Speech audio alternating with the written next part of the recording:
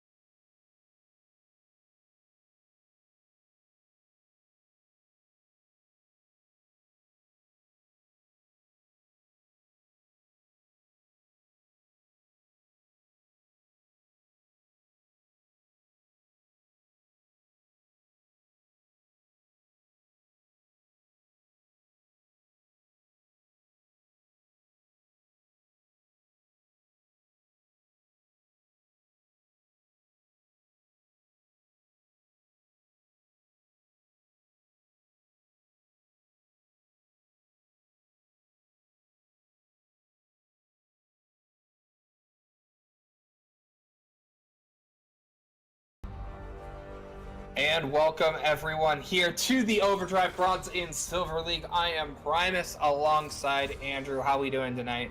Doing pretty good, man. I'm glad I got to come back and cast again, and I gotta say, this matchup looks really interesting as we are in the Bronze and Silver League.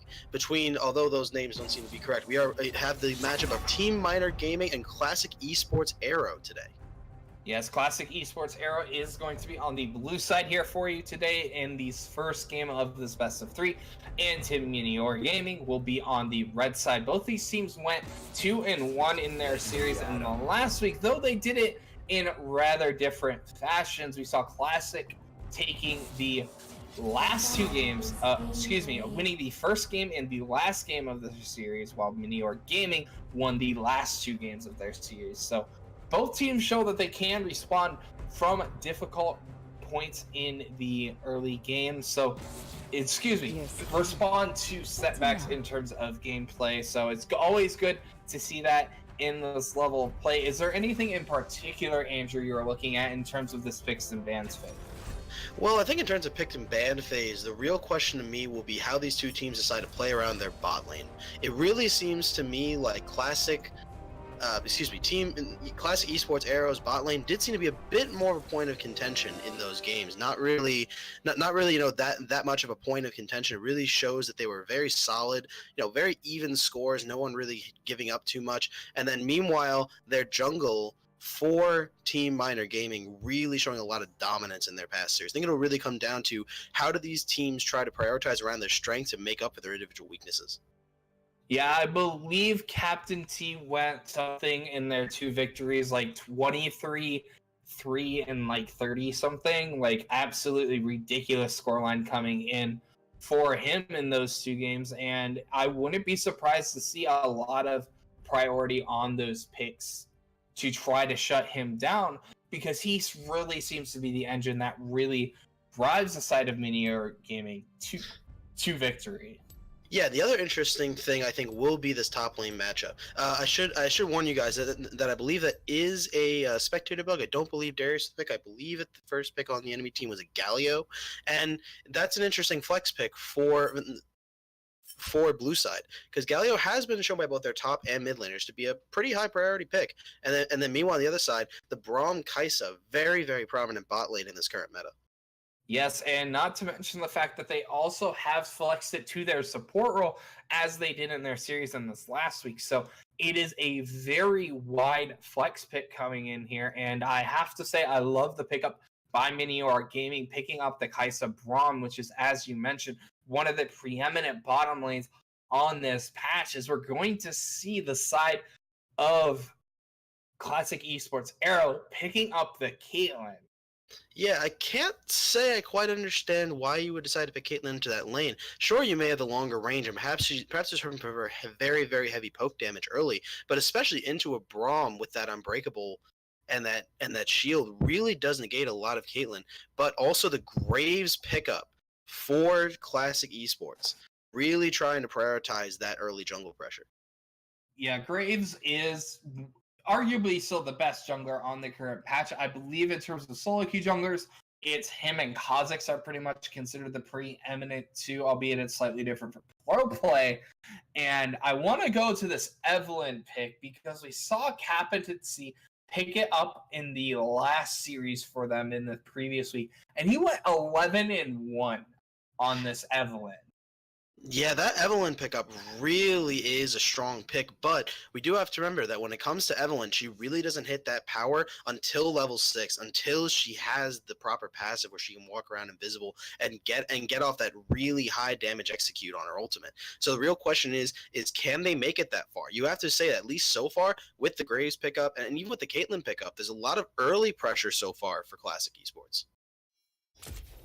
The early game is going to be entirely dependent on, for Classic Esports, is whether or not Caitlyn can get off the ground and start hitting these towers. Because if she is not able to do that, you're really pigeonholing yourself in with this Caitlyn pick, because she's going to provide nowhere near the level of damage output in the mid to early late game that the side of Minior Gaming is going to get from Kai'Sa. Yeah, and you do also have to credit as we completely pass by the second round of bans. Both teams seem to have recognized each other's habits. We can look at Classic Esports wins and Team Minior Gaming's wins, and there's very different points of contention in their mid lane. Team Minior showing a lot more assassin and high damage, high potential picks, where meanwhile Classic Esports showing a lot of control mages in the mid lane, and their bans seem to go accordingly, trying to ban out that Akali and that Orianna, both champions prominent in their past two series. They're trying to make sure that they get the best possible matchup here. And however, with the Aurelia coming in, and to be honest, there really isn't a lot on the table that really does fantastic. If they do end up flipping that Galio over to the mid lane, it does make it a little bit better, but still, like, the amount of damage you can get out of Aurelia, especially how great her scaling is now with the changes to with the rework coming in for her. It's so terrifying to play the mid game as a squishy, yeah, especially if that Aurelia is playing on the front foot. Yeah, it seems like they might have picked the Aurelia in response and calling out the possibility of that Galio being a mid laner. The Aurelia-Galio matchup, very, very strong in Aurelia's favor, especially when they saw the Ornn lock-in. And the Shen lock-in to counter the Ornn, very typical of both of these top laners. Both of them in their past series really showed a tendency to play more towards their team and really play these, more tank compositions that could really help out in the late game and try to provide some peel for both of their late game carries. Yeah, the Shen was played in the last game of the series for Jimothy, and he played it to fairly good success, showed a lot of good knowledge of using the ultimate to make sure he's getting across the map. And for the other side, Dalonores showed a fairly strong proficiency to that horn, but the concern is whenever you pick one of these very magic damage-centric tanks into something like the Shen, albeit a blind pick horn, is it's an extremely easy lane for the Shen to just itemize a early Titanic Hydra and take entire control of the laning phase, because there's really not a lot they can do in order to trade back. Yeah, and so now the real question will be is how do these individual matchups play? I mean, now that we have all the lanes decided, we really can try to pinpoint some points of contention. And I think that it's very clear for both teams. I think the team Minior is really looking to let their bottom lane scale up, and in general, their entire team, the Aurelia, she picks up the Trinity Force, the Kaisa, she gets either the Rage Blade or the Storm Rays, and the Evelynn, once she hits that level 6 spike, it really seems like they're playing more towards that late game. I wouldn't necessarily say the late game per se. I would say this team composition that they've drafted really spikes extremely heavily at their first completed item. Kaisa, I'm assuming, given their team composition, is probably going to look for the early Rage Blade, given the fact that Evelynn is not the most reliable of magic damage champions to be relying on to be your only source of magic damage, given the fact that you do have an Aurelia in the mid lane. So wouldn't be surprised if we saw more of the AP Kaisa build. However, Storm Ranger does provide a very strong snowball potential if they can get an advantage down in this bottom lane. And we are getting onto the Rift for game number 1 here. As I mentioned earlier, we will have Classic Esports Arrow on the blue side here for you, and Team Minior Gaming on the red side. Let us introduce our two teams. In the top lane for the side of Classic Esports Arrow, we have Dalonores on Ornn. In the jungle, we have Choma on the Graves. We have Ku, number 3, playing the Galio in the mid lane, and then Can Maple and Rakanye West down in the bottom lane. And over here on the red side, we do have Team Minior Gaming. We have Jimothy over in the top lane, Captain Itty in the jungle, Teemo, the devil himself, in the mid lane, Dr. Dieter as their AD carry, and their support, LeBron James. Yeah, I do want to. We didn't mention the support name for the side of Classic Esports Arrow. Rakanye West gets it for Khan. Obviously, I would have to say that it's probably a high priority champion for this support.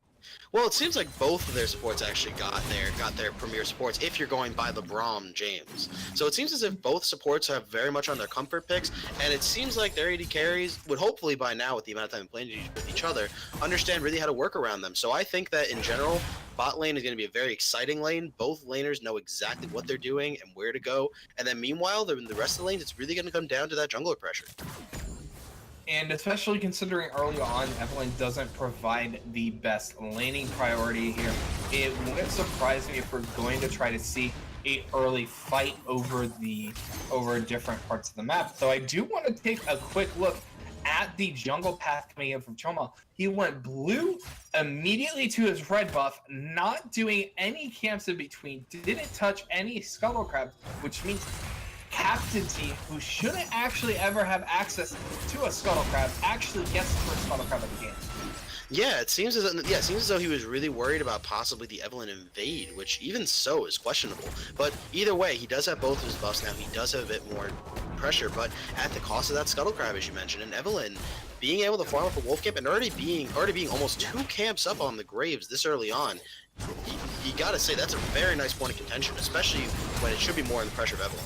However, Timo is not having a fun time in this mid lane against the Galio, and we did mention that the matchup into the Galio does favor the Aurelia. However, it takes time for the Aurelia to get the necessary items to really combat the base damages and the early resistances that you're going to get from the aftershock as Galio. So really, Aurelia needs to get pieces of her Triforce before she really starts spiking in power in this matchup.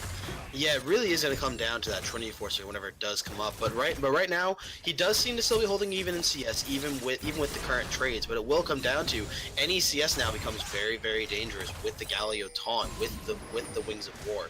So it does really come down to how long does he really need to stay? How long can you risk until that Galio happens to land that Justice Punch that just stinks you into the ground? Though, to be perfectly honest, given the amount of mana Q currently has, I don't actually think he has enough mana for a full combo. Well, he does have you have to remember that even though he may not have a lot of mana, he does have that Biscuit of Everlasting Will, which will still restore 15% of his missing mana. He might just be waiting until that gets a little bit lower to use that, but if he does choose to do so, he can possibly keep up this pressure mid lane, although it does seem as though he's trying to hold on to it a bit longer. Yeah, well, looks like we're going to see a potential gank in the top lane from Captain T, trying to get into position onto Dalinoris. Is he going to land the charm? Yes, he is going to land the charm. So much damage is going to force the immediate flash. Choma has rotated up to this top lane. Is going to dissuade the gank, but that is a flash down on Dalinoris. Yeah, that flash down to that top lane really is going to be a danger later on, especially with the Shen taunt and the potential lead into the Evelyn charm. So it really does mean that at least until he starts getting a few more items under his belt, right now only having that Sapphire Crystal, this Braum in the top lane is going to be very much a high priority gank target if they want an early first blood. It's definitely not the position you want to be in as Dalinoris, who comes back with a mana crystal and a cloth armor. And to be perfectly honest, if you're Ornn, you really want to get that early corrupting plot, because that's the one thing you really struggle with as Ornn is your innate lane sustain, because yes, you can build all the rest of your items, but you can't build any pots within Ornn. Well, I think the real issue is that he's really trying to hold on to that teleport. He knows the size of his wave, and he knows, ooh, but it's on. Taunt is gonna land. The Spirit's Refuge is gonna buy a little bit of a nice trade. But until Jimothy really has that Tiamat completed, he really doesn't have true kill threat unless he goes for multiple trades. Yeah, Jimothy is playing this lane really well, though. He knew he had a higher minion wave, and he knew that he could take a trade like that and come out ahead. Because as soon as he taunted that Ornn, as soon as Ornn auto attacks in that taunt animation, all those minions redirect themselves onto the Ornn and really gets a lot of good damage down. Yeah, you never want to underestimate minion damage, especially early on in the game before you have a lot of levels. We are going to see Captaincy rotate into the mid lane. Stun is going to land from the Aurelia, but the taunt is going to land onto Timo, but there's not enough damage to burn through that aftershock resist. Yeah, that is the one main priority in this Galio matchup. As soon as he used that Idol of Duran, it became really, really hard to properly set up a play. Even with the stun down, even with the charm down, neither that Evelyn or the Aurelia really wants to go in on that, get a free taunt, and really just kind of set themselves up for some properly, some really heavy damage. And really, really, really well played by Coop.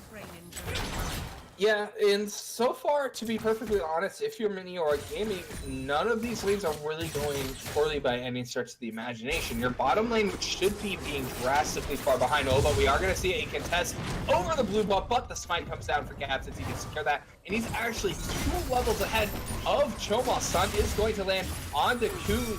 Choma is over the wall, but has no mana to continue to fight. We do have Rakani OS rotating in. The ultimate is going to come in. Here comes the Stand United. First blood over to the captaincy. Taunt does miss. Rakani OS is going to flash to get out of the range of the concussive blows. Everyone should be able to just engage. The taunt is quite up. Not quite enough damage from the Blade Surge.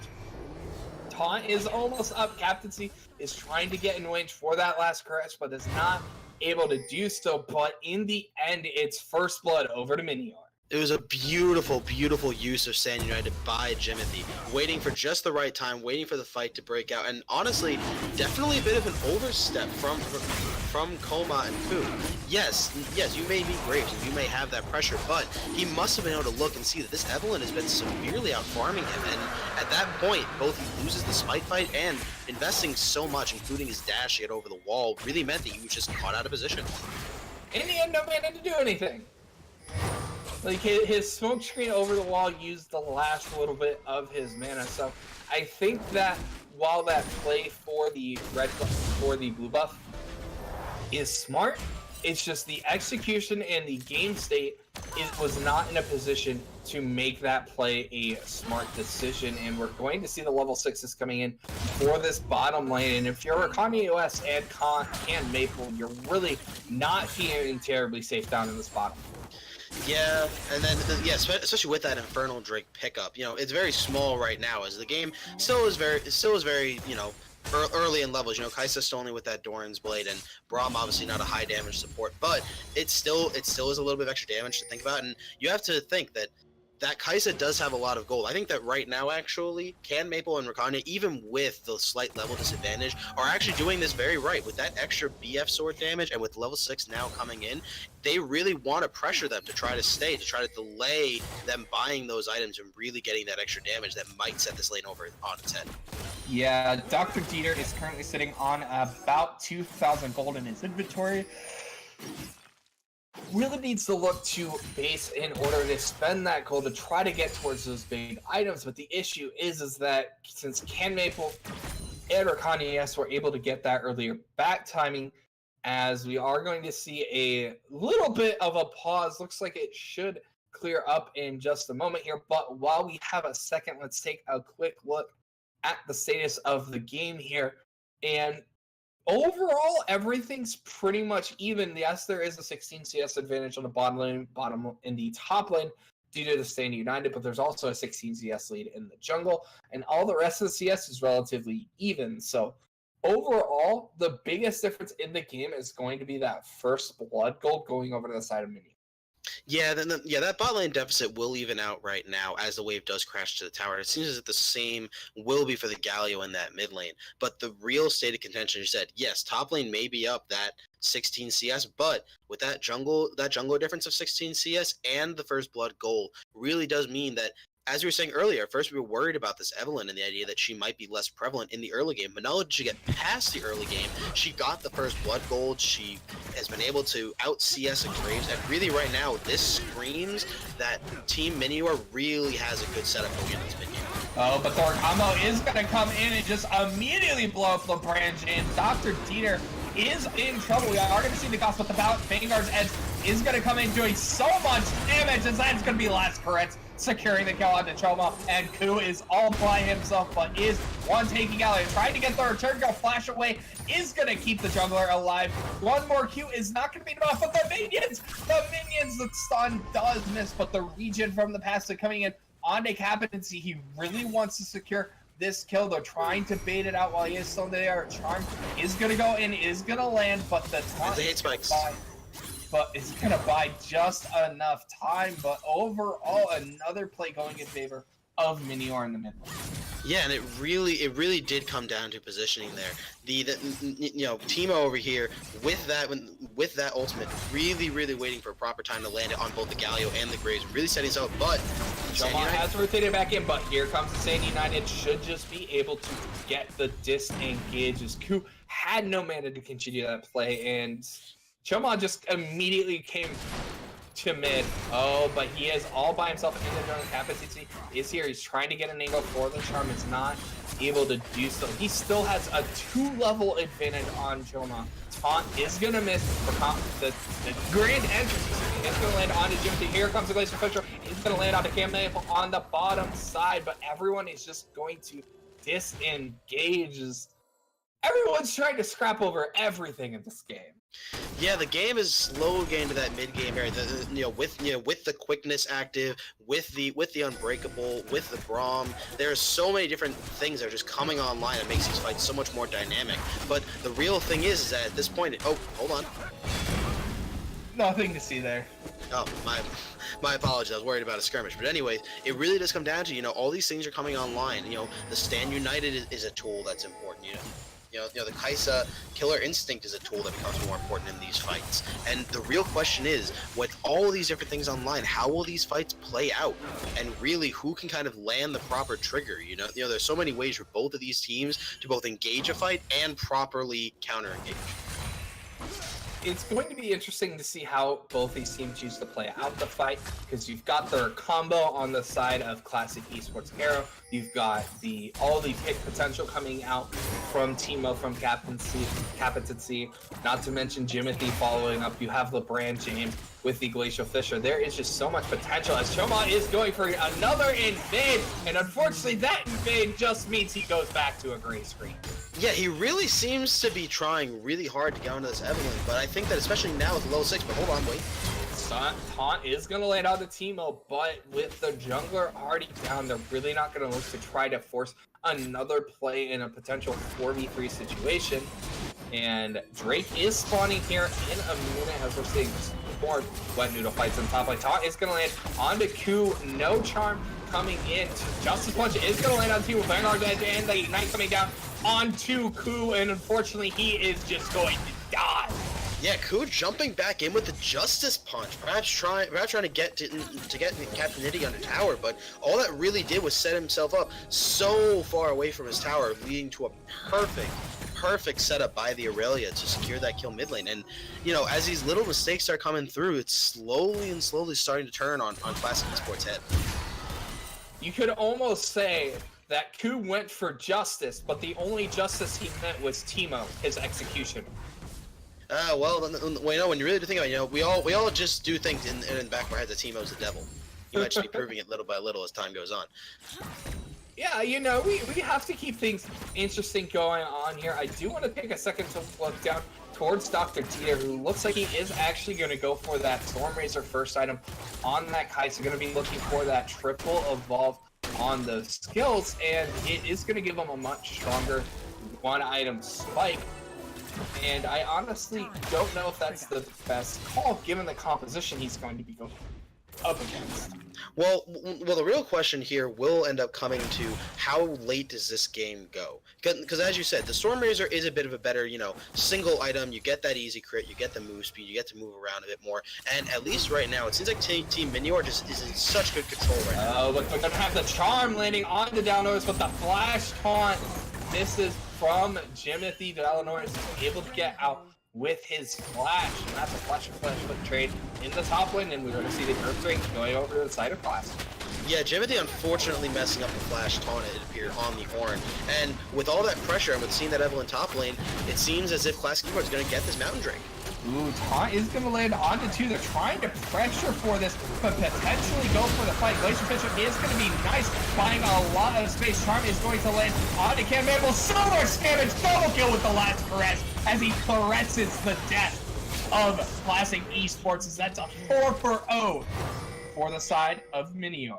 Yeah, that last caress beautifully timed. And the fact is that I just don't think that Classic Esports had enough damage for that Drake. Sure, they may have secured it, but with only the Graves, who currently 0-3, with only just finishing that Warrior enchant, and the bot lane, the Caitlyn and the Rakan, it just wasn't enough damage. And Captain Nitty was able to get all the way from the top lane into that Dragon Pit by the time the fight had just started breaking out. Yeah, I think it was a little bit optimistic of a play because Ken Maple was still sitting on BF sword and 2 long swords, and you were just had, I believe, just the upgraded smite item in the call fields. And even though you have pressure advantage, like you're pigeonholing yourself into a tight space against Teemo's Aurelia, who has a very, very powerful AoE ultimate, especially when your 2 damage characters are AD carries. Yeah, the real question now is going to be, how do Classic Esports want to play out as the mid game starts? The Caitlyn may have a kill, but even so, with her being the only kill and the Kaisa having another one and an assist to boot, it seems as if there's no real good point of contention for Classic. There's no point where they're really ahead. And the real issue is that right now, as this mid game hits, especially with that Rift Herald being taken, it does seem like this is slowly just being dragged out into Team Minior's favor. Oh, Flash Taunt is gonna land. Here comes the Horn is going to come in and land on How Vanguard's going to do so much work on the backside of it. Choma is going to fall to Teemo. We do have Jimothy rotating down from the top lane, trying to do again. He's going to land the taunt down on Dalibors as he just gets bursted down. Just too much damage on the side of Minior Gaming as Chu will join his friends back in the graveyard. That was a beautiful use of Blaze Church at the end of that fight by Teemo. Getting behind the Galio as soon as the Justice Punch animation started meant that he couldn't dash out back towards his tower. And at the end of the day, again, this is just becoming slowly more in Team Minior Gaming's favor. That Classic Esports tried to make the play. They tried to get into the backline. They tried to get that flash taunt off, but at the end of the day, they just don't have the proper items. They don't have the damage to be making plays like that. And at the moment, it's gone from a 4.5k gold lead all the way to almost a 6.5, especially with that tower going down the top lane. Yeah, to be perfectly honest, if I was Classic Esports, I would just be trying to play around Can Mako and Rakanya West down in the bottom lane. They've gotten a kill in the 2v2 down here. They're honestly your best hope of still finding a advantage in this game, because that's the matchup that is closest in terms of gold, because you're really not going to find a lot of advantage trying to gank into a Shen with an Ornn as your top lane. Yeah, really what it comes down to now, I think, is that they just need to be able to reset. They need to find a lane of contention, and I believe that their point is what Delinaris over there on top lane on Ornn, sticking with his bottom lane, really just trying to keep people off Caitlyn as far as possible, use that range. They picked her for this long range effect that she has, but if she's only with Rakanye, really what that does is that it almost limits her. Rakanye may be able to have that one grand entrance, that one quickness, but at the end of the day, oh, hold on, we have a skirmish over here in jungle. Dawn is gonna miss with the Vanguard edge once again is massive, as unfortunately Choma, I'm almost sure, has spent more time in the grave than actually farming his camps in this game. So that's another kill over to Teemo. 6-0-6 on that Aurelia. Yeah, this jungle mid lane duo on the side of Team Minior really just wrecking havoc. And it's as you were saying before, Team Minior really seemed to show a lot of kind of this, high mobility assassin playstyle in the mid lane. And even though they may have gotten out the Akali over in that early ban phase, this Aurelia pick is really speaking wonders. It just allows them so much flexibility in terms of mid-game. They do have the Richter coming in, where Combo is going to come in onto the backline. Hero's Entrance is not going to do anything. We are going to see the last spread use the disengage, but the base is broken for Classic Esports at 19 minutes. Yeah, a little bit of a late Hero's Entrance there on the Galio, I believe. I think could have used that a little bit earlier and perhaps gotten, a lot more damage and maybe another knockup or two. Maybe try to stall that out a bit more. But at the end of the day, all of Team Minior make it out of there alive, and they might be going back. I don't know why they stopped to auto-attack the ward, because in case you guys didn't know, autoing wards gives vision.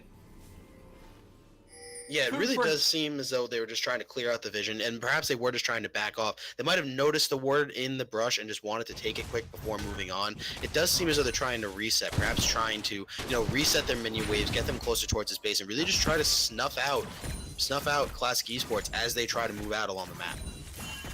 Yeah, and I know chat's probably flaming us for not talking about that, but Captaincy is currently sitting on 20 Magi stacks.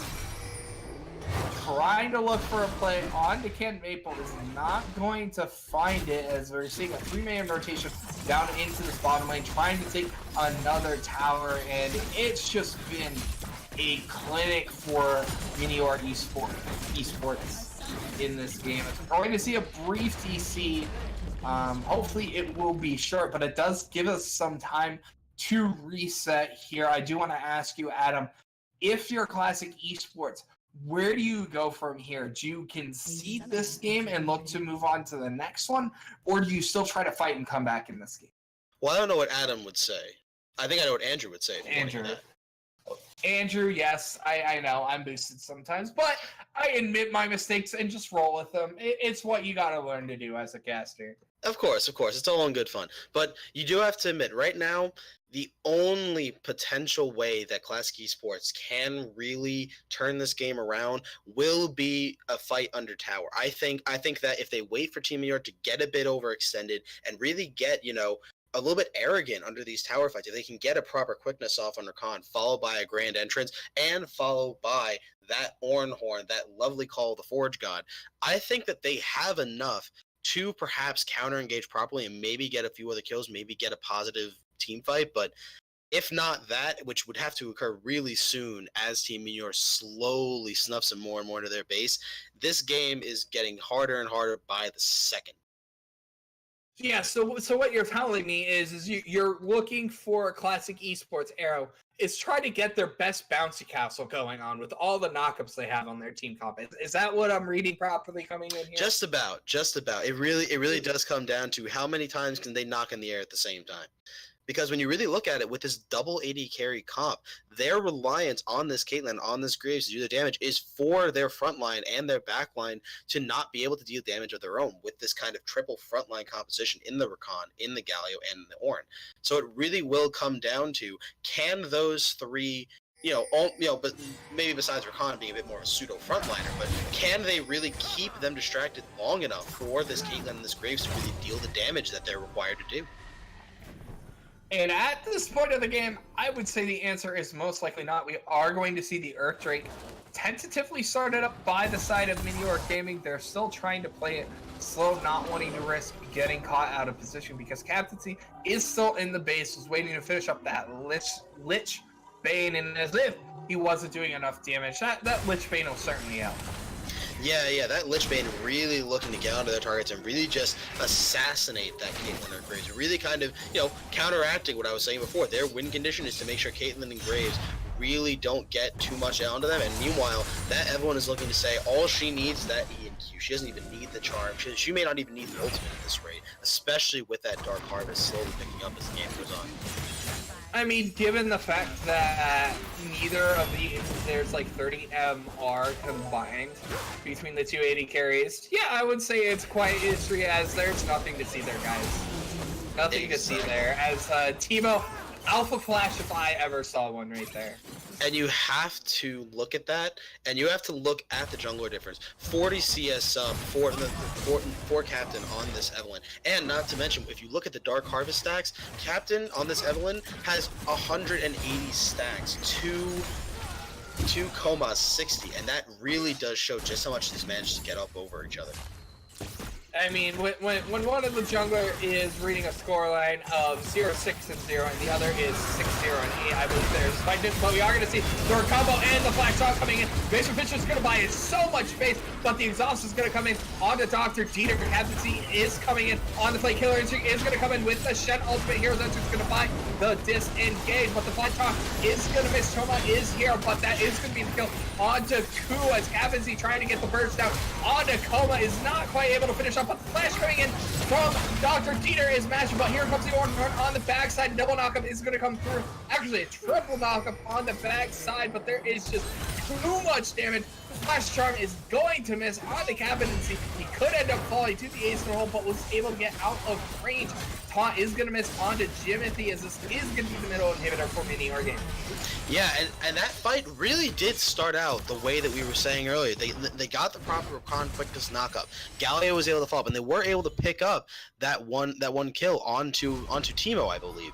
But the problem was that as soon as they were able to kind of reset, as soon as they saw that Galio, which again was a little bit late in my opinion on the side of Ku, but as soon as they saw it come out, they waited for it to come out. They waited for the guy to be out of position. They just easily turned that fight around just because of the massive item advantage they have on their side at the moment.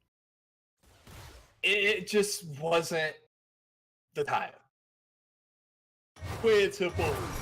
Captaincy is looking to go in on to Choma, just immediately gets eviscerated with that 7/7/9 damage coming in from the ultimate from Captaincy, sitting out 25 Magi stacks.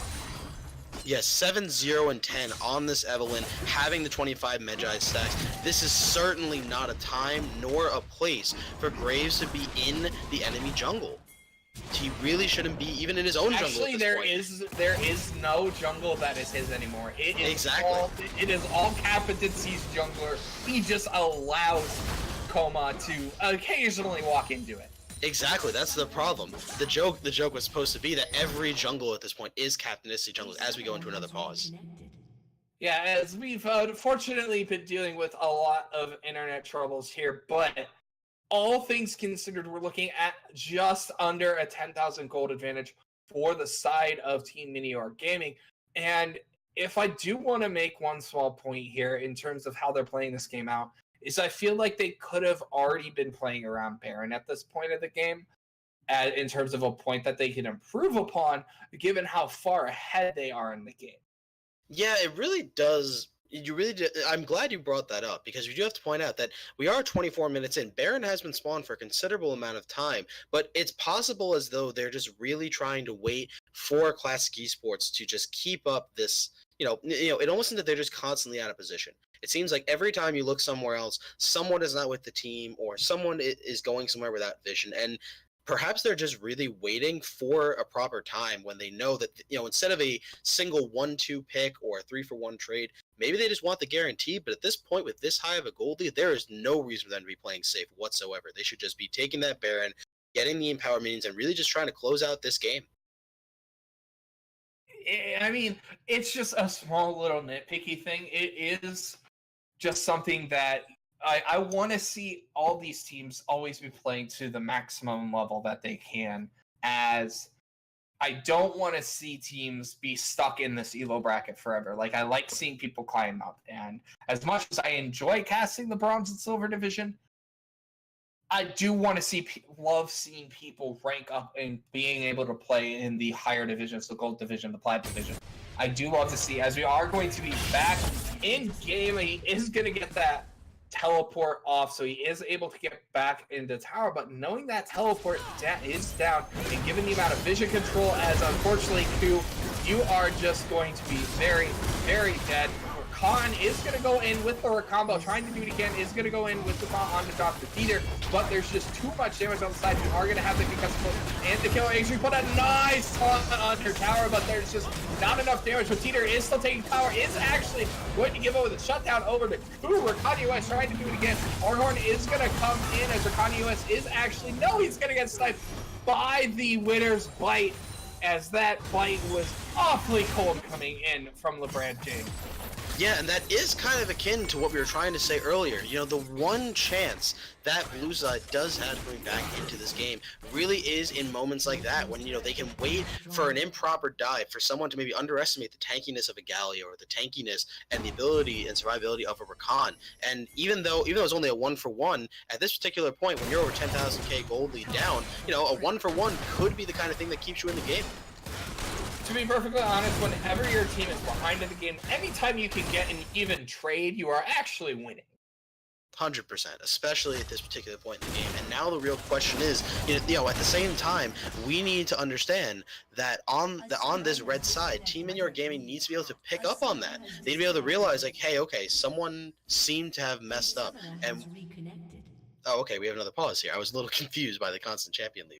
But it really will come down to, at this rate, can they understand that, okay, if we're going to go for these risky dives, we need something like a Baron, something to pressure these towers, get them down faster, and not make it that we're just sitting here and diving and giving away these trades that, although the gold lead is still significant, for all we know, the longer this game goes on, it could lead into a turnaround for Classic Esports. And I mean, to be perfectly honest, whatever moral victories they can get towards the end of the game is, it's more than likely going to be a win coming in for Team Minior Gaming. Yes, there's always a possibility. We've seen the Detonation Focus Me versus the Cloud9 game. Comebacks can happen. it's just the likelihood is rather small at this point of the time. So to be honest, if I was Classic Esports, I would try to get whatever moral victories you can in these next few minutes to try to reset your mental for the next game when teams swap sides to see if you can climb back into the series with the very next game, because the series isn't over after the first game. No, of course not. And I think the main thing to look at when you're looking at these two teams, I was taking a moment during this pause to really contemplate. I think the largest point of contention is going to be that mid and jungle synergy. You can obviously see, this game got out of control. The 7-0 and 10 for Captainity, and then not 6-1 and 8 for Teemo on this Aurelia. They obviously had the upper hand on this Graves Galio combo. So now the real question is, when you follow this up and when you go into this next game, what can you do differently? What can you prioritize? And how can you kind of, counteract this insane combo that both these teams have shown? I mean, to be perfectly honest, if I was Classic Esports Arrow, whenever a game goes extremely poorly, when you're running a aggressive style comp, is just default to double front line, double carry, and an engaged support, as the Dalinoris is trying to go for this control ward, but I think that control ward just means he's going to die, as Dieter is going to secure that kill, and they are still refusing to do Baron. But given the fact that everyone is apparently DCing in this game, nothing new. Yeah, it really does seem that perhaps they just want to win this game through. Oh, and then as we say that, they do decide to start with the Baron. They do decide that enough is enough. We want to win this game. We want to get this series going. Yes, we're arguing to see that getting finish off for Kanye West is going to just watch the despawn of the Baron, as he did trying to do what he can, but that is a Baron going over to Minior Gaming. It's an 11,000 gold lead, and it is absolutely reflected in the items being purchased. You have 2.5 items on the Aurelia, you have 2 items on the Shen, 2.5 on the Kaisa, almost 3 full items. It's actually probably really close to finishing on that. No, she still got about 8. And if I was the side of Classic Esports, I would look to try to put all the eggs in the Can Maple basket, because he's been the one piece of your team that's been executing quite well so far in this game. Yeah, Can Maple has been very safe. Even at this point, still is a 50 CS lead over the Kaisa, even though there is a kill and assist advantage that might make up the difference in items. I think it really does come down to that bot lane. Ooh. Nothing to see there. That was a little unfortunate. Right now, 8-0 and 11 on this Evelyn, and not to mention 228 Dark Harvest stacks. Even more now with that kill on. Yeah, it's just, they're just playing with their food at this point, with Kanye West trying to do what he can, trying to buy as much time as possible, trying to play zone control for his 80. Curious Stun is going to land. The Exhaust is going to be able to secure the kill on the team. He's once taking both towers there, as the middle inhibitor is going to respawn. We do still have Timothy pushing in the bottom lane. It's going to secure that tower. This should be double inhibitors coming in for Minior Gaming, if not the victory with this massive minion.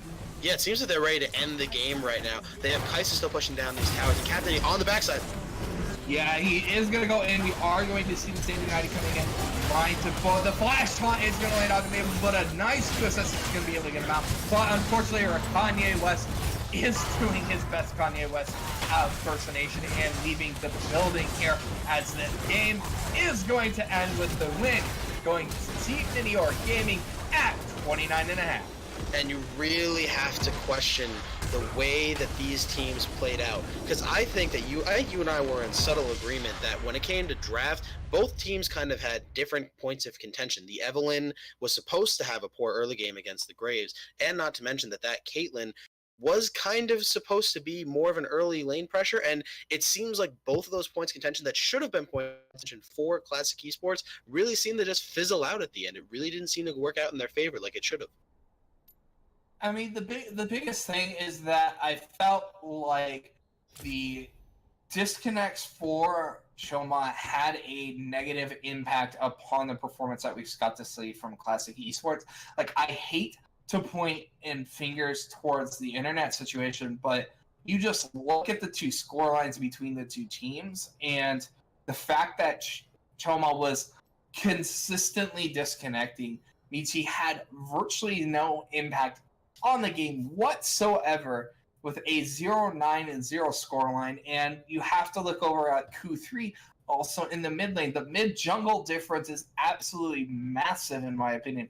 116 and 2 for the side of Classic Esports versus 16, 2, and 19. Yeah, there really is a big difference there, especially when you look at the gold. Only in total, maybe about 14K gold versus this substantial lead of almost 25K, an 11K gold difference in the mid and jungle combination alone. And meanwhile, as you were saying, the main point of contention wasn't that bottom lane. Can Maple only about 700 gold behind Dr. Dita, which if you do think of the turret gold difference, the objective gold difference, that says volumes. That says that even with this pick, he still did keep his lead, but it seems like the rest of the team just kind of fell off as time went on. As I said towards the end of that game, is what I would like to see is running double tank composition in your top and jungle role. You run a early game aggressive AD carry and you play around bot lane. Let Cam Maple shine because he was the bright spot for Classic Esports Arrow in this game, and it's just the rest of the map just did not show up. Yeah, I think this game really is just kind of a mental reset scenario. Then, now that the game's passed, now that the scorelines are finished, Classic Esports just needs to think, what can we do? What have we learned from these games, and how can we set up for the rest of the series? Because there are still 2 more games to be played. Let's not forget ourselves, and there are still plenty of chances for them to come back in these remaining time. Yes, and we are going to take a short little intermission before we are back for game number 2, where the teams will be swapping sides as we will see whether or not Team Minior Gaming is going to take the match in game number 2 while they're on match point, or we're going to see Classic Esports Arrow even up the series and force a decisive third game. Stay tuned.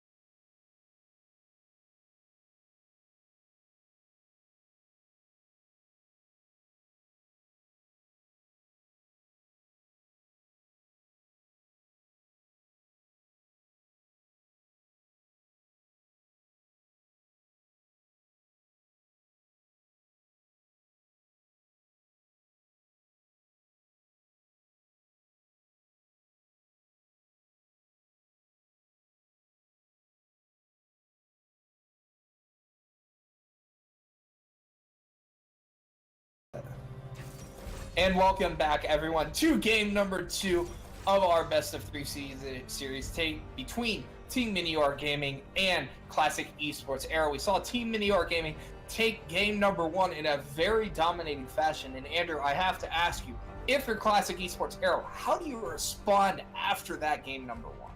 Well, you really have to, as we've said many, many times, look at that mid and jungler synergy. You really need to try to maybe pinch that jungler pool, definitely not give back over the Evelyn, and really just try to say and pick a better combination, get that synergy in mid lane, and really at least try to keep the matchup even.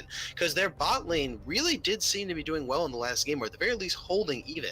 And if they can get back to that state with perhaps a lesser deficiency in the top side of the map, they might be able to turn this game and this series around. Yeah, the biggest thing that we discussed while we were off stream is they cannot let Captaincy get that Evelyn again.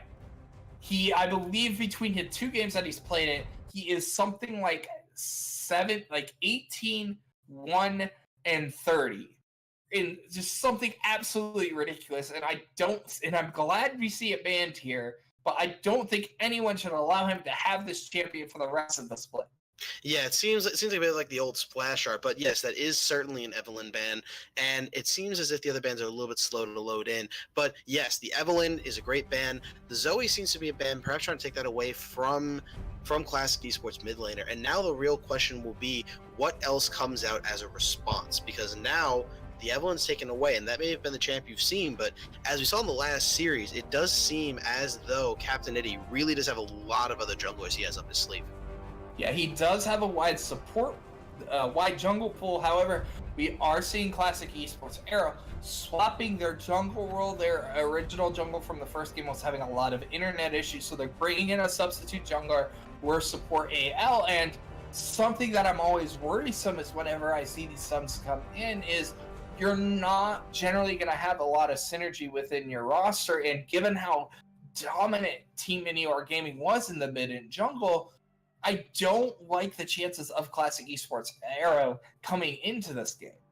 Well, although you may not have the same synergy from the last game, you have to think that it leads to a lot of different strategization options. You can change your jungler. Before they had Graves, which is more early pressure focused against someone like the jungler of Team Minior. They might need a different route. They might need more of a tank jungler, someone who can play more team oriented. So we'll have to see how they separate. And with a Warwick lock in for Team Minior, that already screams some trouble given his last performance. Yeah, I believe he went 12-2 on that in his series in week 1, which was a victory here. And I'm still waiting for teams to really kind of adapt their general style in terms of ban phase. Rather than trying to ban one champion from everyone, is target ban a specific role and then focus your attention on keeping that role out of the game as much as possible. Well, Team Minior's bans do seem to be pretty similar from their last game, which they aren't necessarily the ones who might have to worry about their ban change-ups. Just classic switching. And then the Skarner and the Shen. I'm not sure how much I agree with those picks, especially the Skarner going against that Warwick. Really, really going to have to wait for much later in the game to do anything. And then the Shen, perhaps just trying to take that away from Team Minior. Yeah, to steal a line from Captain Flowers, the number 1 Skarner NA is Skarner is like a cannon minion when his spires are not around. And Warwick is always more than a cannon minion, regardless of where he is on the map. So I inherently don't think that is a great pickup for worse support, as we're going to see once again the Kaisa and Braum coming in for Team Minior.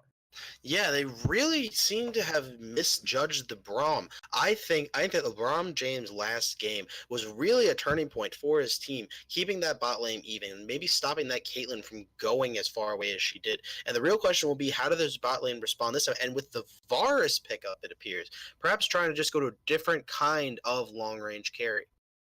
I mean, Varus is a little bit better than Caitlyn, given the fact that he is allowed to provide a lot more lane control, given the fact that he has such AoE damage that he can very easily shove the lane. He has a lot better all-in potential, and he has a much better mid-game over Caitlyn, and is not as reliant upon going lane to lane to lane and constantly hitting these towers in order to be very effective. Because one of my big points of concern is that they drafted the Caitlyn for Can Maple, but I felt like they were never actually heavily pressuring the tower whenever we went down to the bottom.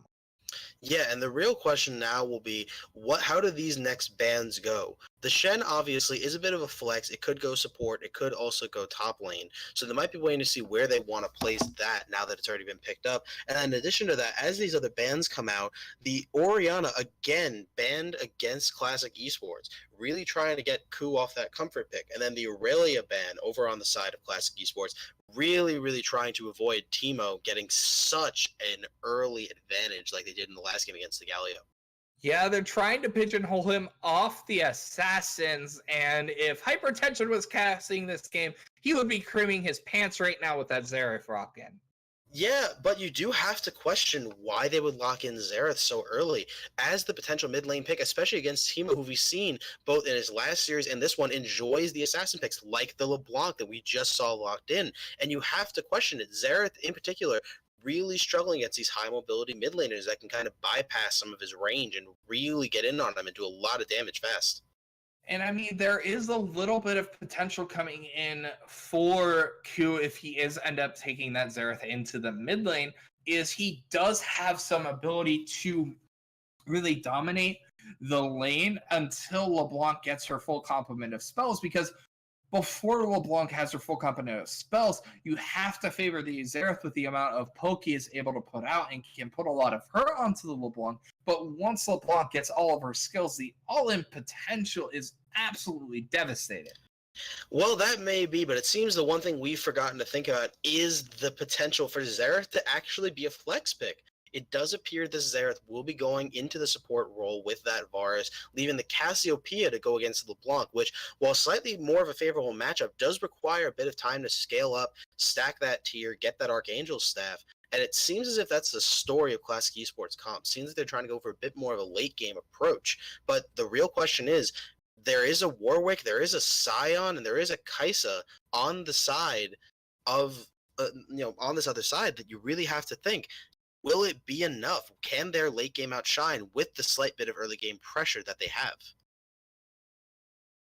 I don't know. I don't know if this is the composition to win them the game. To go back to that Cassiopeia pick a little bit here, it used to be a lot better into the LeBlanc before they made some adjustments to Cassio's level 1 damage output, because as everyone should know, is Faker famously played this matchup into Mickey and completely destroyed him level 1 because he ran Collecting Pot, and the LeBlanc, who's generally starting Doran's Ring, which is what I'm assuming he's going with here, considering he's not taking the Inspiration secondary, leading me to believe that he is going to go Doran's Ring, doesn't have the level of sustain in order to keep up with the Cassiopeia, and just allows him to generate such an advantage early on that there were, I believe at 5 minutes of the game, Mickey was level 3 with 40 some odd CS. Yeah, and it really question at this point, how does this game play out? How do both of these teams really seem to play out these early games? And it does appear that unfortunately we do seem to be going into a spectator bug, so we'll have to wait a little bit before getting right back into the action. Yeah, this is the joys of Riot Spectator client. We should be getting back in momentarily. We just have to reload into the Spectator and everything should be just fine. We will be a little bit late getting into game, unfortunately, here. However, I do want to take a look at the two-team win conditions. And Andrew, I'm going to ask you, if you're Classic Esports, what is your team's win condition given this rather odd semblance of champions? Sports win condition is honestly to try to get some pressure down in this bot lane. I think that with the Xerath and the Varus, they really can try to get some early pressure down. And I think that mid lane, Cassiopeia wants to scale up, get that tier, get that Archangels. I think Shen, even though it isn't to a Scion, is more than content just farming out the lane, both of them getting some grass procs, and both of them getting a bit tankier, and waiting until he hits level 6 for that extra bit of sustainability and that little bit of extra team fight presence. And so I think that right now it's really going to come down to, can this Varus and Xerath really outshine this Kai'Sa Braum and really try to make sure that they assert some dominance. I think that if Can Maple can do what he did last game and, be that solid AD carry that can really push himself ahead, I think the rest of his team can follow through as that mid game and late game hits. I would entirely agree, because the only reliable fallback pattern that I can see for Classic Esports Arrow is they have a tremendous amount of siege potential with the Varus, with the Xerath, not to mention the Ifrit with the Skarner and the Shen. So they have a lot of potential around these towers if they're able to get an advantage and set up a siege situation. But my concern is, I feel like the composition that Minior Gaming is far easier to execute. Oh, I agree. I think that it really does come down to there are so many different ways for Minior Esports to lock down that Varus and really get into that backline. With the LeBlanc Ethereal Chains, with the Scion Pain Train Ultimate, with that infinite duress of the Warwick, and even with those concussive blows, there are just so many different ways for Minior Esports to really get on that backline, where even if they do get ahead, even if they do stay safe, it's just a matter of how well can this Shen and this Skarner keep away these multiple different sources of crowd control over on Minior Esports. Yeah, they have to do some excellent job being bodyguards for their highly immobile backline, because absolutely none of those three damage carries have any semblance of mobility aside from a flash. Yes. Now, it does appear that we are at a pause. It seems a few of the players are having a bit of PC issues, so we will have to wait a bit to get into this game. But while we're waiting, let's take a look at these keystone options. We see the Varus going for that lethal tempo, which does lead to believe it is more of an attack speed-based build rather than the occasional lethality build seen. And then the rest of them seem pretty scary. The Phase Rush on the Cassiopeia, the Grasp on the Shen, and the Predator on the Skarner for Captain. Nothing terribly unexpected on that, and I especially feel like Lethality Varus, while it did come back for a patch or two, is very situational. Like, the reason why it came back into the meta was because it was very strong into the mage bot lanes, because he could sit at max range, throw out Qs, all of laning phase, and just clear the waves and never actually get into a duel situation with that enemy bot lane. So primarily we're seeing either the Blade Rush or the Ginsu's Rush on the Varus, and then going into the other item after that. And then usually you will see things like a Infinity Edge or an Hurricane to round out the build. While looking on the other side, we have the Grasp for Scion, entirely expected. We have Press the Attack coming in for Captain Dainty, not entirely unexpected there. We have Electrocute for Teemo in the mid lane on the LeBlanc, pretty straightforward. Fleet Footwork coming in for Dr. Dieter. I'm not entirely sold that that's the best option for Kai'Sa right now, but considering he's into a heavy poke lane, I think it's actually the best option. And of course, LeBron James running that Guardian, despite the fact that we are seeing a lot of professional Broms running the things like the Unsealed Spell.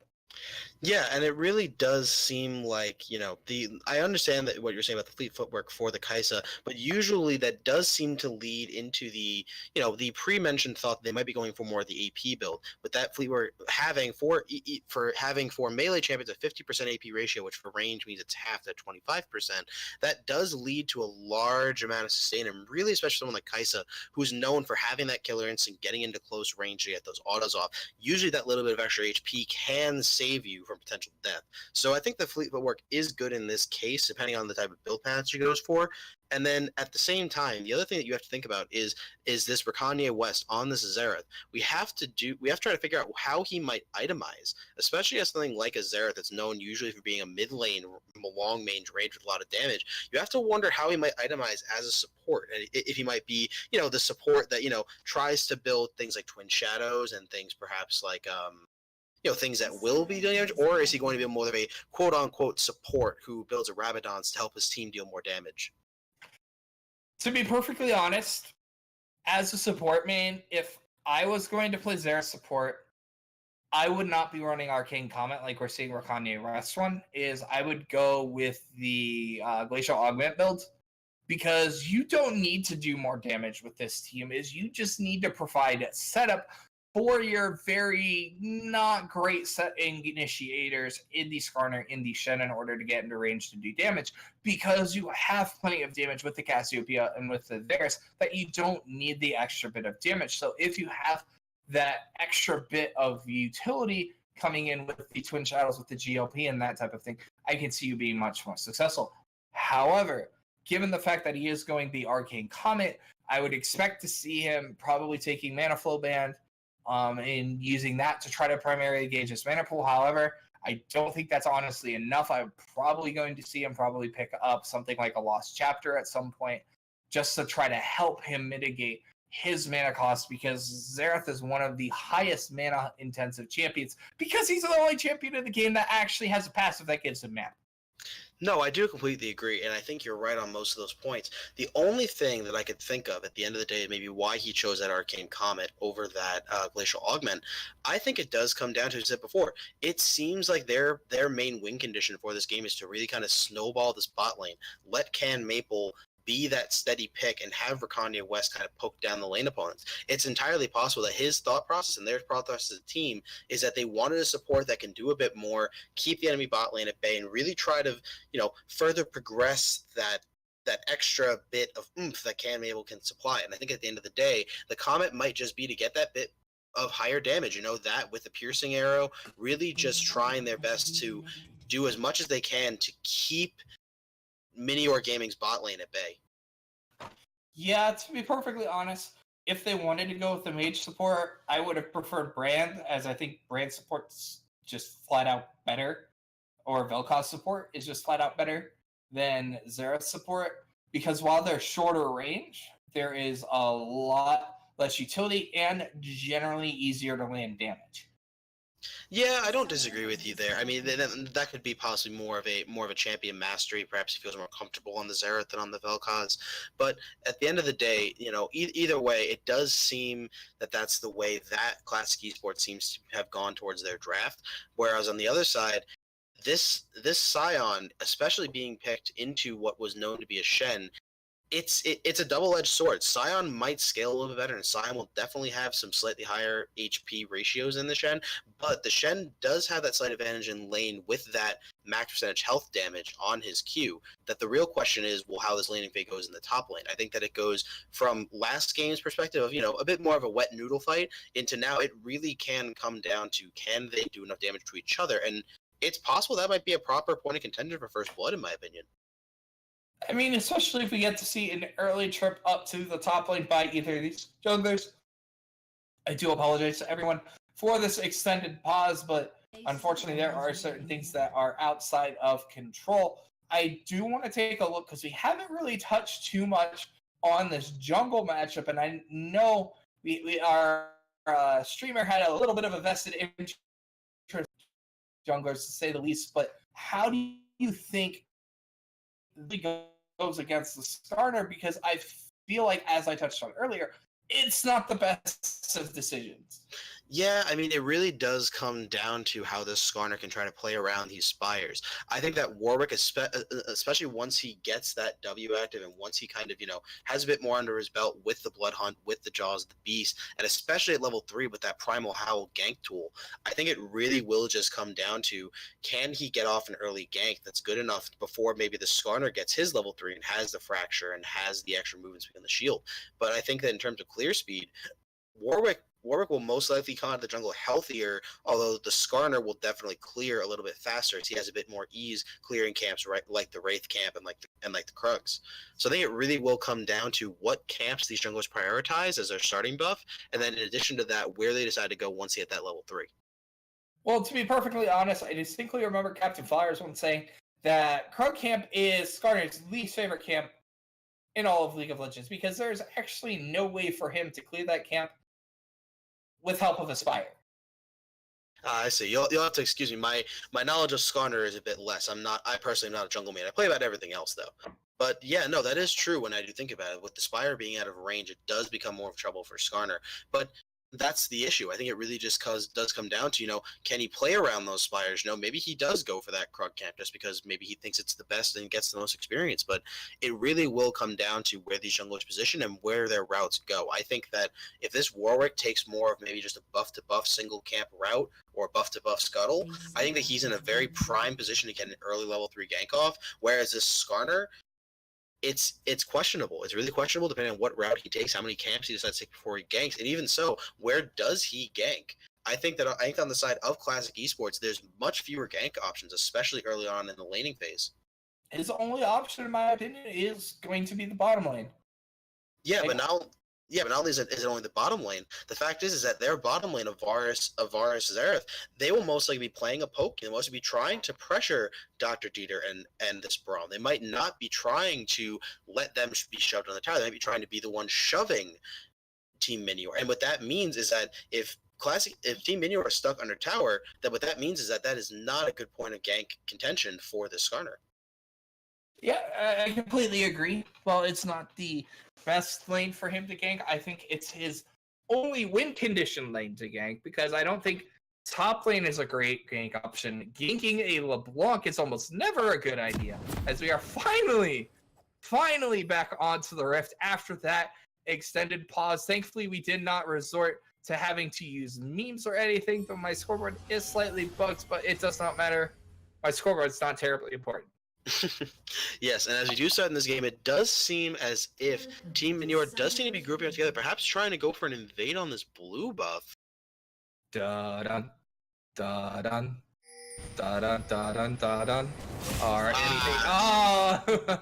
the trusty skill shot champion.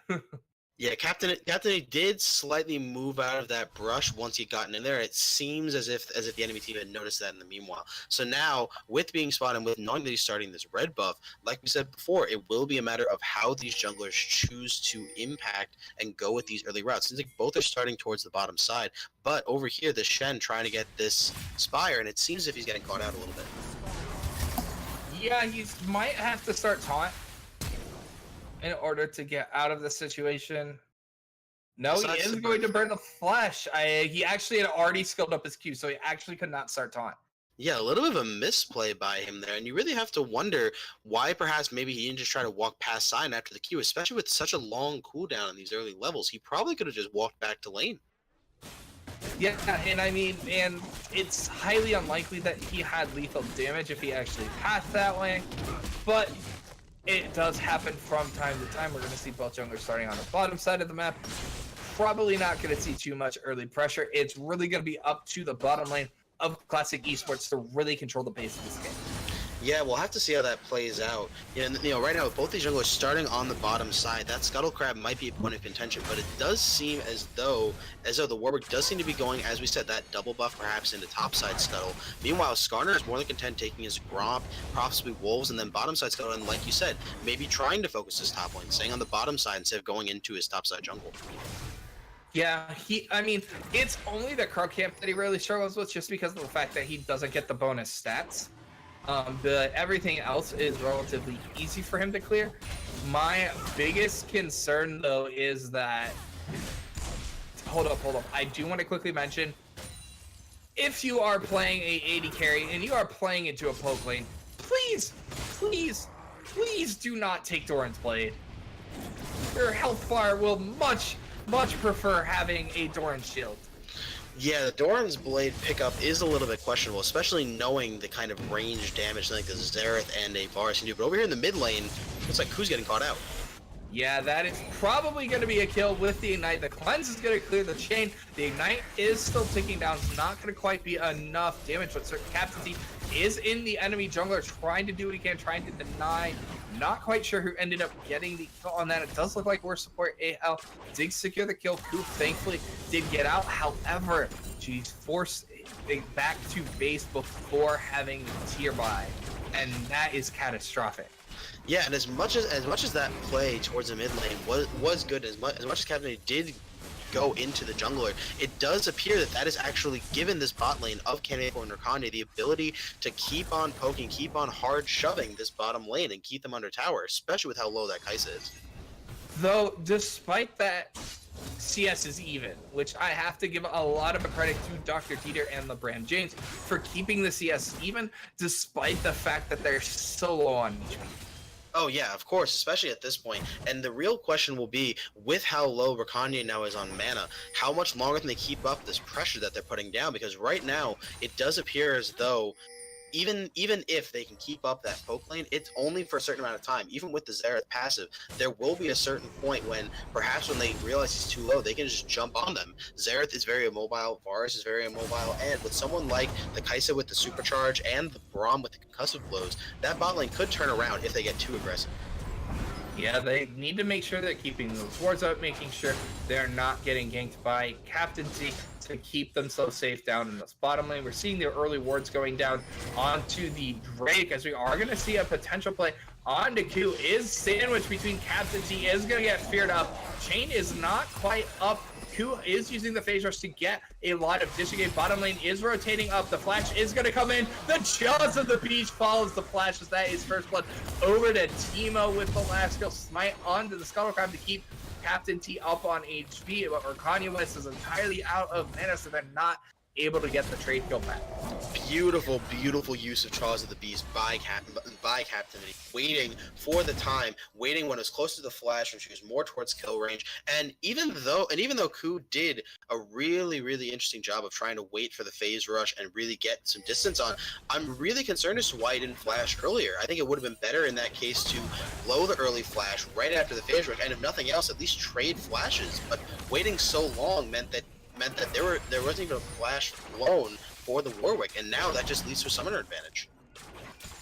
Yeah, Ku was already down the cleanse in the mid lane, is doing relatively okay in CS, so that is at least one positive for the Cassio in the mid lane. But as Teemo's getting closer to 6, you have to feel like it is just a time bomb before that Cassio has a very, very rough time.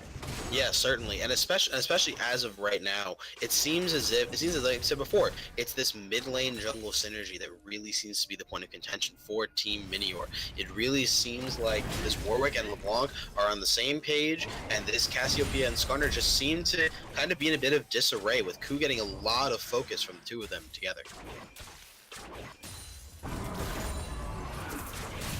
Yeah, it's providing a lot of potential for them to really execute down in this bottom side of the map. However, Ku, as we mentioned early on, is not having the best of series, but he is playing Cassio, is a well-scaling champion, so he does still have that fallback pattern. If they can get to the hyper late game, their King Comp's going to inherently do more damage than the Team Comp on this side of Minior.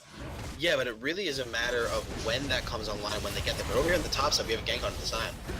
Yes, the Scion is going to get ganked up into the top lane, but I don't actually know if there's in fact enough damage coming in to effectively kill the Scion. We are going to see Unstoppable Onslaught getting channeled, as well as the flash to make sure he can't get away. Yeah, the flash blown on the side of Team Minior does at least mean that Scion gets away. But the real thing to point out there is that there was a very large Minior. Oh, but in the mid lane, that's just a dead Cassio. Apparently, all I have to say about that is Teemo decided he wanted some new safe skin boots. Yeah, the real problem there is in the item difference. Right now, this Cassio only has the Tear of the Goddess, and we'd already seen that he had taken a bad skirmish earlier and gotten down to about half HP. And especially against someone like the LeBlanc with this Lost Chapter Doran's Ring, especially when we don't have any AP items or any real health items on the side of the Cassiopeia, that really was a bit of a poor decision to be that far ahead. And then it also leads into this Dragon pickup. This Earth Elemental Drake really going to be speaking volumes later on once they get more towards teamfight phases. Yeah, and despite the fact that they do have this heavy poke lane in the bottom lane, they're actually not gaining a lot of ground in terms of a CS lead. They are doing a little bit of chip damage to the tower, but it's not enough. Like, they're pigeonholing themselves into having this very powerful 2v2 bot lane, but unless they're getting 2v2 kills, I don't think it's honestly enough, as Worst Support's gonna face check immediately into the Infinite Duress, into the burst from Teemo. That's a very easy killing spree coming in for Teemo. And again, it's just Team Minior's mid lane and middle of this lane is just on point. But over here, Yeah, we are going to see a collapse into the bottom side jungle here. Captain T and Timo are a bit by themselves as Ku is actually going to get the shutdown gold onto Timo. That's a very good pickup, as we're also going to see Captain T fall on the backside, as well as the kill's going to go over to Can Maple. And all things considered, you should be pretty happy if you're Classic. Yeah, that was actually a 2 for 2 at the end of the day. Sure, they may have gotten the early pick onto the Scar, but at the end of the day, the LeBlanc goes down for some shutdown gold. The Warwick gets a little bit less of pressure, and when you're Classic Esports right now, you're just at least happy that you're not necessarily losing out on these trades. Yes, they may have gotten the blue buff, but the bot lane rotate at the right time, and like we said, the bot lane is their point of contention, and that was who got the kill on this Varus. Yeah, and they both have their level 6s now, and with the amount of damage that they're available, as we are going to see another gank up into the top lane onto Jimothy, and they block the unstoppable onslaught. They are able to block it. There is no flash on Jimothy. A lot of damage is trying to come across, but here comes Captain T. Double decimating smash is going to get interrupted by the taunt, but the Spirit's Refuge is going to buy them a little time, but the smite is going to come in, but the taunt is going to come in on the backside. Is going to secure the turn kill. Flash is going to come out. Certainty does have the red buff. He's going to be able to chase him down. Jocelyn Beach is going to come in and secure that 2-for-1 trade up in the top lane. Yeah, that was really, really unfortunate timing for Classic Esports with that Warwick ready to come up topside and ready to kind of shut down their attempts at this gank on the Scion. Just so many tank stats from just his few items alone really just meant that with that passive and what I'm assuming he's running is Overgrowth, especially with his W with that extra health, it really just has come down to is, as you said earlier, it is very hard to gank a Scion, especially with no Tiamat for the Shen, no damage items yet, or not even the Cinderhulk on the Skarner. Yeah, I just think ganking a Scion is generally a horrible idea. Unless you have like a fighter top lane that actually brings damage to try to burst down the Scion, because otherwise the Scion with the amount of shields he gets from his W, with the inherent tankiness he gets, as we are going to see the Rift Herald going over to the side of Minior Gaming. We're at about the 11-minute mark. We have about 1,000 gold lead for the side of Minior Gaming, but considering the kill difference, that's pretty much all the gold difference in the game. Yeah, the gold difference not quite speaking to the volume of how much control it already feels like Team Minior has in this game. The bot lane, you can see that Kai'Sa is building towards that Storm Raze against Varus. Cutlass, honestly, the item disadvantage is not that great, even with the what is almost about 20-ish CS difference, because obviously with the kill it's about another 13. So when you look at this game, it really does come down to the point of contention, while ahead, is not necessarily hard stomping as maybe the poke lane was intended for. I mean, the issue is they're not really playing as aggressively as we need. We are going to see the fighter come in. Flash, unfortunately, he does not get the impale off onto LeBron James, and that's just a burned Flash for no gain coming in from Worst Support AF.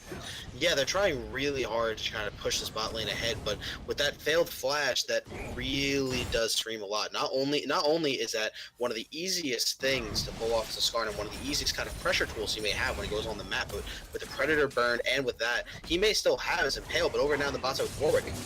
Yeah, Captain T is going to come in. We are going to see the Infinite Duress coming in onto Rakan. Where is the killer? AC does not come out. Change of Corruption is going to come in onto Captain T. Flash away from the ultimate. As a lot of return damage is just going to come back in onto Captain T, but they're not able to get a return kill. We're going to once again see where Support AL is rotating down. We do see the winner's bite coming in from onto Ku, but that is all the bot lane summoners burned for the side of Classic Esports, to just the one being burned in addition to the kill on the side of Minior Game.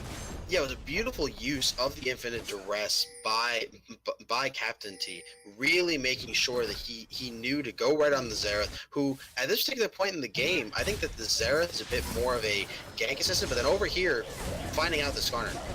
Yeah, once again, unfortunately, Worst Support AL. His struggle is not his own as he tries to go into the river, trying to do something to help out his team, but the only thing he finds is yet another gray screen for his troubles. And we're seeing up in this top lane, Jimothy just doing Scion things, just slowly beating down on this top lane tower. Yeah, it's as we said earlier, you know, these top laners really are kind of content to just kind of sit top lane and farm up and try to let themselves scale up.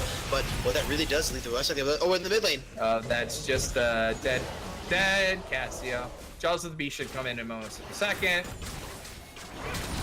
Nothing to see there. Yeah, again, it really just comes down to, at this particular point in the game, you know, there's just so many points of contention around the map for Team Minior Gaming. Already 9-3 with Shelly about to take down this first tower over in the mid lane, and that's going to already escalate to almost 3.5k gold. Yeah, it's just been a tale of the last game all over repeats. Where support AL once again overstepping is gonna get bursted down with the damage coming in from Teemo and the infinite duress as well, and it's just going from worse to cataclysmically worse for the side of Classic eSports. Yeah, as the game plays out, this unfortunately really seems to have been decided to get this outcome in the draft phase. As we already discussed, the top lane kind of is, you know, a tank versus tank, see who farms up most matchup. And with Can Maple and Rakanye focusing so much on poking down that bottom lane and trying to get themselves a lead, it really just does leave these mids and junglers to kind of 2v2. And all that's done this entire game has led to this series of events where now a 5-1-4 Warwick 4 levels ahead of the Skarner and now ganking the Shen in the top lane. Yeah, they are going to look for a dive. Teemo is here as well, but an Ison is going to buy a little bit of time, but not enough, as there's just way too much damage as the top lane tower is going to fall to one more auto from Jimmy. Yeah, Captain T over here really showing his knowledge and his map presence. He's really showing how he understands that when this game is going on, he needs to be around the map. He knows where the dives need to go, who needs to be focused down, and honestly, just catapulting his team in such an advantageous position. Yeah, and once again, I feel like this bottom lane is the bright spot for Classic eSports, but they're not going for any plays around this bottom lane. They tried once, they didn't get the flash and peel off onto LeBron James, and these two inherently haven't been playing for anything aside from a CS advantage. Yeah, it's already at a 5k gold lead right now for Team Minior Gaming. And now the real question is, what do they look for? I mean, and better yet, what does Classic eSports look for? I mean, this will already be the second dragon taken by Team Minior. You already know that Cassiopeia is not going to be scaling up for such a long time. The Skarner may have his Cinderhold, but with no other health items, as of right now, that extra bonus health from it is not really going to be effective yet. So the real question is, what is the point of contention for Classic eSports? What do they look for? Because slowly on the map, as the game goes on, with Captain T taking more and more of the jungle, it's just slowly getting closer. And that's just a dead Xerath. Infinite Duress is going to come in, but the Shen ultimate is going to keep Can Maple alive as Captain T is going to fall. So it's a 1-for-1 trade, but a lot invested from the side of Classic eSports to get that 1-for-1. We are going to see the Braum ultimate into the decimating fast, but the killer instinct is going to come on the backside. But he gets so much damage returned back onto a flash coming out from worst support AL as they're trying to return back damage onto the side of Minior Gaming. We have Teemo trying to be as annoying as possible, but there are no other casualties other than that 1-for-1. Yeah, the 1-for-1 was really smart. Oh, but flash W into, but it's just another 1-for-1. Dalinaris is trying to get out of range of the return damage. Q trying to do it again. We have the Rhino the King coming in on the backside. Dr. Dieter is eating a lot of damage on the backside. Can Maple trying to do it again, trying to zone out as Dr. Dieter is left a little bit out of position as the fight continues going on. Can Maple securing the kill onto LeBron James, but it does cost two of his teammates life. He does secure another kill on the backside, but that's the shutdown going over to Captain T, as I feel like in the end it ended up being a 4-for-3. Yeah, it would appear so, and you have to admit, the amount of time that fight went on, even after falling in the first iteration of that fight, Captain T managing to get all the way back into that bot lane, and just after all the kills and after everything goes down, it's still a point of contention. And after all this time, even after that, it does appear to be a 4-for-3, and even though all that went down, you have to remember that Team Minior did get that bot lane out of turret, did get a lot of pressure on the inner, and at the end of the day, even though it's an even trade, it doesn't really seem as if Classic Esports comes out of that with anything to show for it. It seems like they have mid-inhibitor turret pressure. They don't have any real macro on the map. They didn't gain a lot of vision. So as much as it may have been an even trade, you have to wonder what can they have done with that. They get more gold. That is true. That is true. There is more gold going around the map as time goes on. It's just more a matter of, if the enemy team that's ahead of you already gets the same amount of gold. Although, as we were saying before, like if you're behind and you take even trades, theoretically it is true. We are still at the point where, both comps are still scaling, so any gold is good for both of them. The biggest thing I think at this stage of the game is the fact of the matter is that worst support AL is down 80 CS.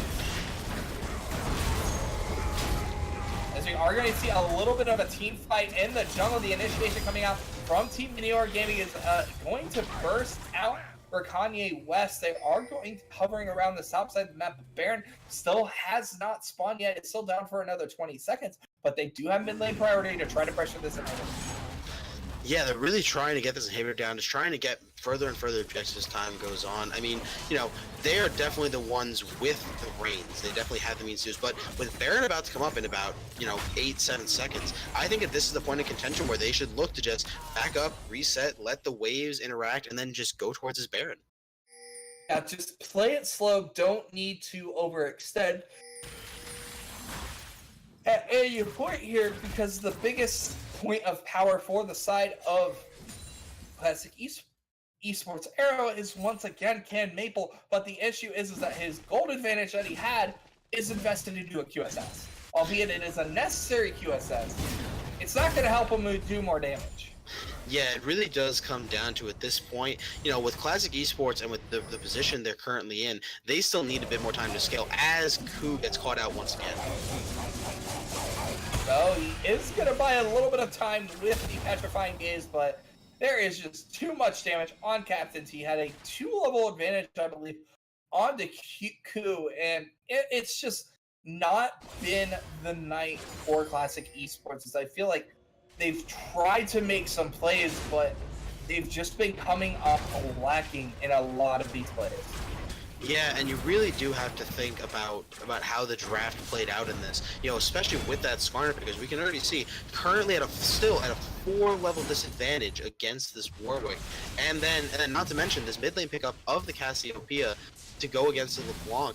Again, a Banshee's Veil as opposed to a Luden's Echo and starting to build a Morello Nomicon. There's definitely a very, very big discrepancy in how these lanes are being played out, to the point where you have to wonder what other adaptations they could have made differently. I feel like, not letting Captaincy having Warwick or Evelyn is probably a good modus operandi for the rest of the season here in the Overdrive Bronze and Silver League, because obviously those two champions are way too broken for him to be playing. Yeah, he really seems to be showing dominance on these kind of melee champions that have proper and very heavy engages, but with the Predator being used on the Skarner. But it's a LeBlanc. She has like 9,000 dashes. Nope, there's another dash. Is going to get the Impale off this time, though. Ignite is going to be dropped, but I don't know if there's enough damage. Right of the Arcane is going to come in. He needs a couple more shots. Is going to be able to land the 3-pointer at the very end. We are going to see the City United coming in onto Can Maple. He has to do the damage, but he can't when he's dead, as Dr. Dieter with the flank securing the kill on the backside, and this is the route of Classic Esports. Dr. Dieter going in killer instinct, securing a double kill on the backside of the fight. Captain Taylor is going to take down as a triple kill comes into Dr. Dieter, and that's just a massacre of Classic Esports.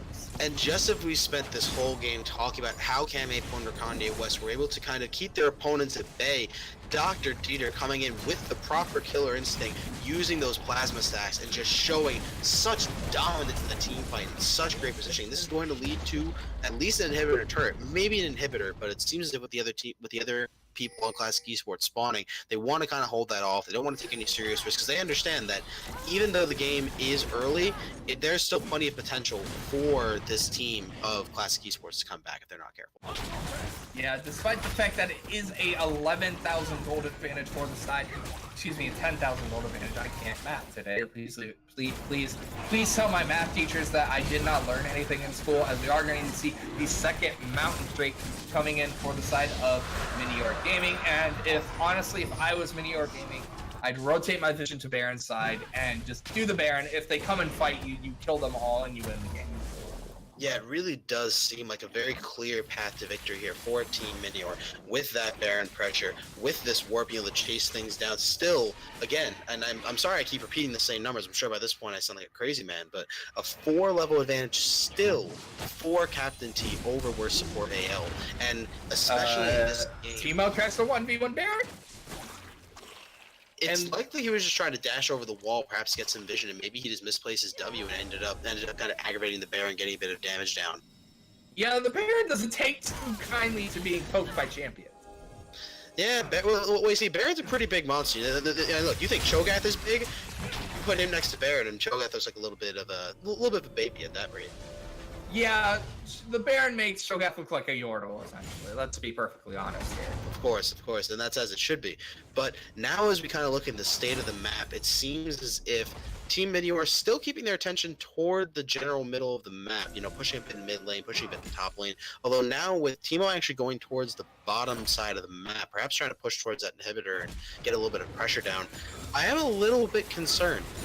You have to wonder why he wouldn't just stay with the rest of his team, especially with picks like the Xerath that can Right of the Arcane did come out onto Dr. Dieter with force extremely low, but I do agree that they're better off group sieging as 5, except for the only thing is that they need to continue to make sure that their carries are actually still getting access to the farm, because their two main carries, as we are going to see the Baron getting started, where support AL is going to ward it out, but there is no Blast Cone, and he does not have Flash. It's going to be extremely difficult for him to even potentially attempt to steal. Yeah, the Predator is available for him, so it is possible he tries to make a play around, but over on that bottom near the inhibitor, yeah, no, that's just a dead Shen. He has no MR, so obviously that is a very clear path, but they are going to try to initiate this fight.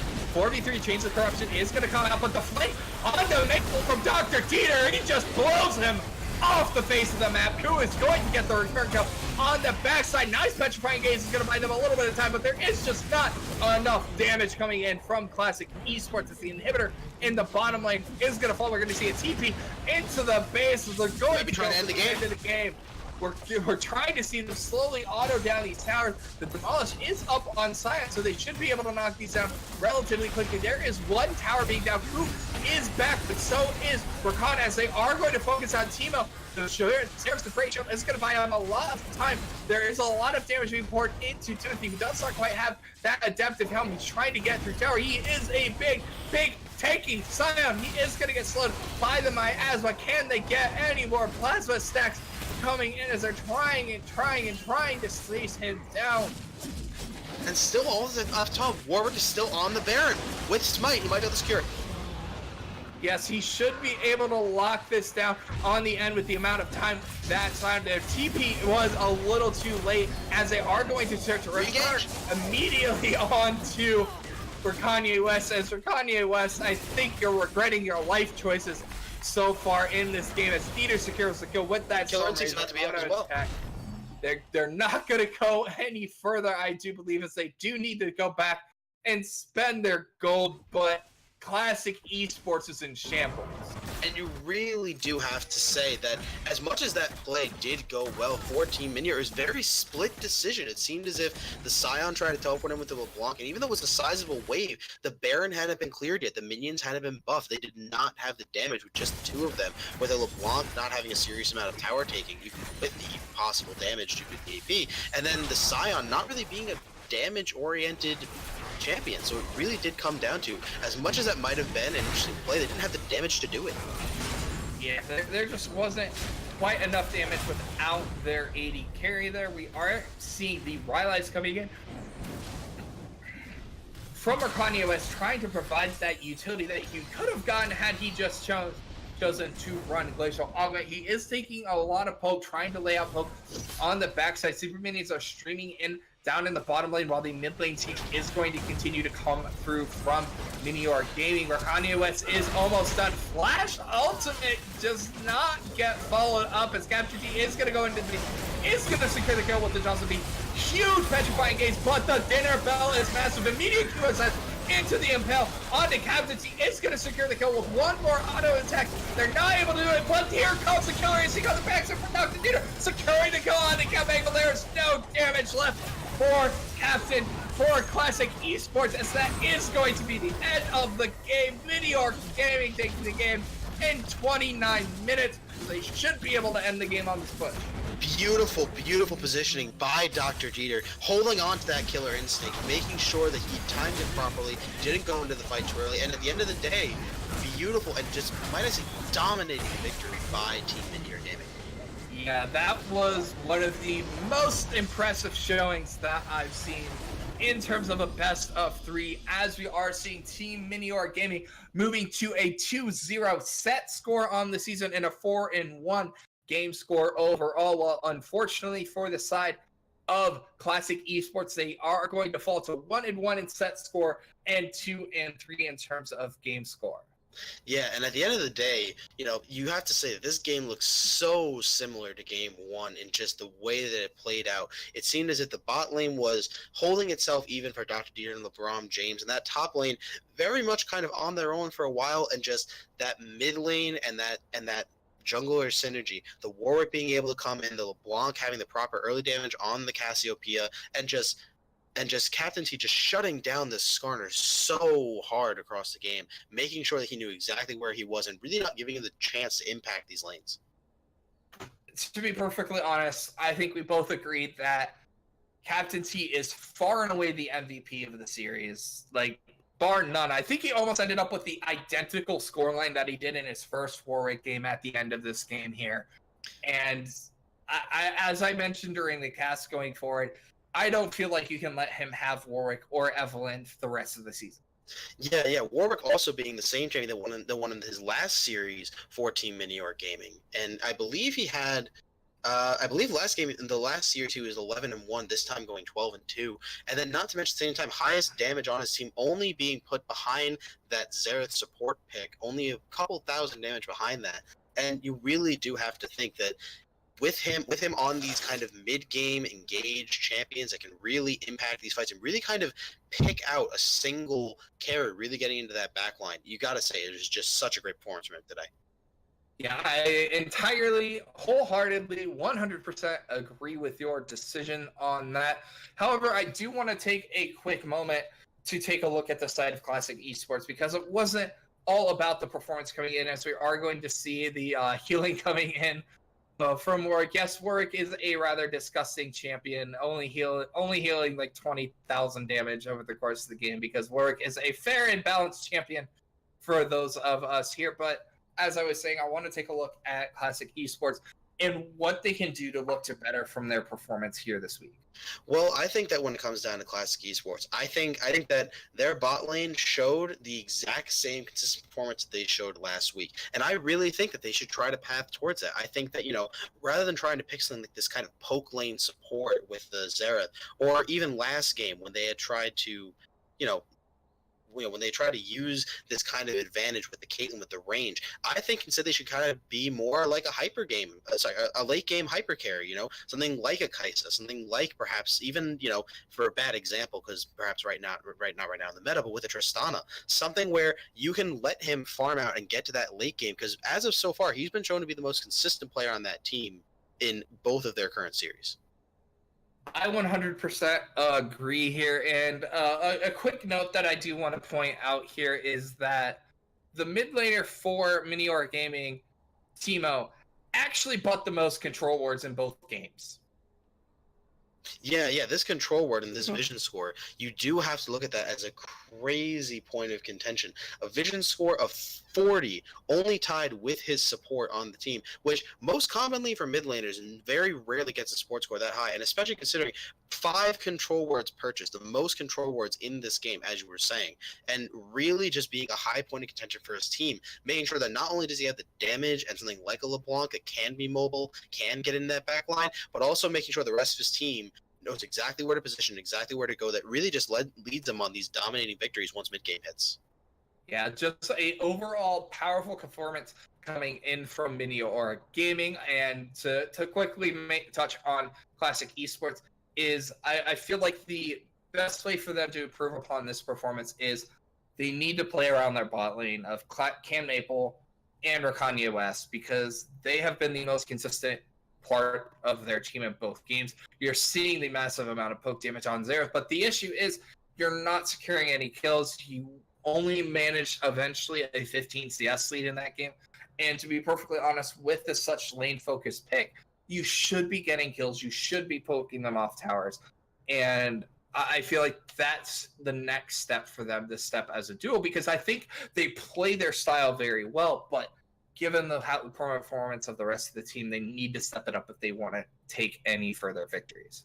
And I would even take that a step further. I think that with showing how consistent this bot lane is and just how many times they can show this ability to come out of laning phase with these slight leads, I think that that might even open up some opportunities for your top lane or mid lane.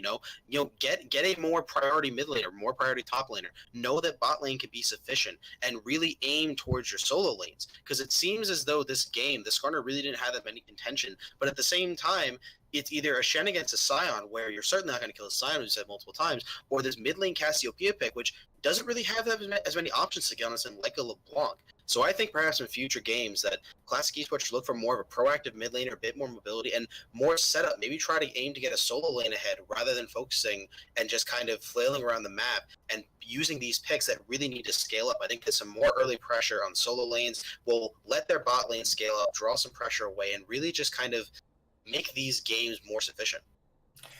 I entirely agree with you on that point. Is they need to pick what the rest of the map is going to do and have a cohesive plan going into every game. But unfortunately, everyone, that is going to be it for myself and Andrew here this evening with the end of our week here at the Overdrive League Bronze and Silver League. I do want to thank everyone for tuning in. I want to thank Andrew being my co-caster here tonight. And please be sure to stay tuned over this weekend, as we will have Revenant action here for you over on the EGN channel. And of course, on Monday, we will be back with the ODL Plat Division. Thank you, everyone, once again, and have a wonderful rest of your night.